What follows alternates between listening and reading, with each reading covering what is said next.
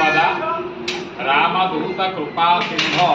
పల్లెలు గిరిజనులు నివసించేటటువంటి చిన్న తాండాలు, పోయేవాళ్ళు ఉండేటువంటి అరణ్యంలో ఉండేటువంటి చిన్న చిన్న స్థలాలలో కూడా ఆంజనేయ స్వామి వారు ఉండడము అనేటువంటిది ఈ కలియుగంలో విశేషంగా మనం చూస్తూ ఉంటాం. మనం ఇప్పుడు ఉన్నటువంటి ఈ ప్రదేశాన్ని చాకరిమెట్ల అనేటువంటి స్థలము, చిన్నగొట్టిముక్కుల గ్రామము, శివంపేట మండలము, నర్సాపూర్ నియోజకవర్గము, మెదక్ జిల్లా, తెలంగాణ రాష్ట్రం. ఇక్కడ ఉన్నటువంటి ఆంజనేయ స్వామి వారి పేరేంటి అంటే శ్రీ శ్రీ శ్రీ సహకార ఆంజనేయ స్వామి వారు.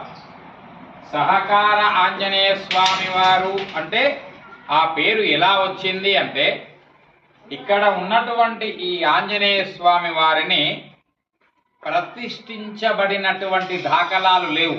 అంటే తనంతట తానుగా ఈ ప్రదేశాన్ని ఎంపిక చేసుకొని స్వయంభూగా అవతరించినటువంటి మూల విరాట్ ఆంజనేయ స్వామి వారు.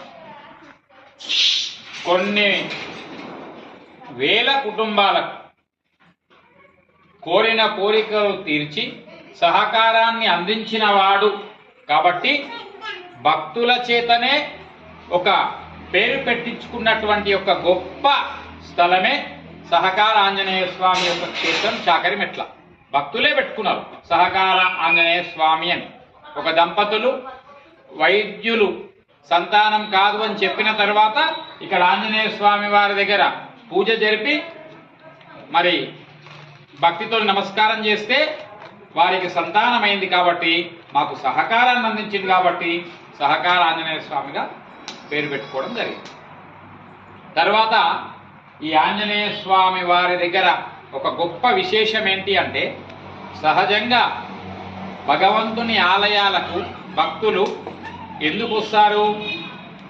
స్వామి మేము ఈ కార్యం అనుకుంటున్నాము, మాకు ఈ కార్యాన్ని నెరవేర్చయ్యా అని నమస్కారం చేసుకోవడానికి భక్తులు వస్తారు.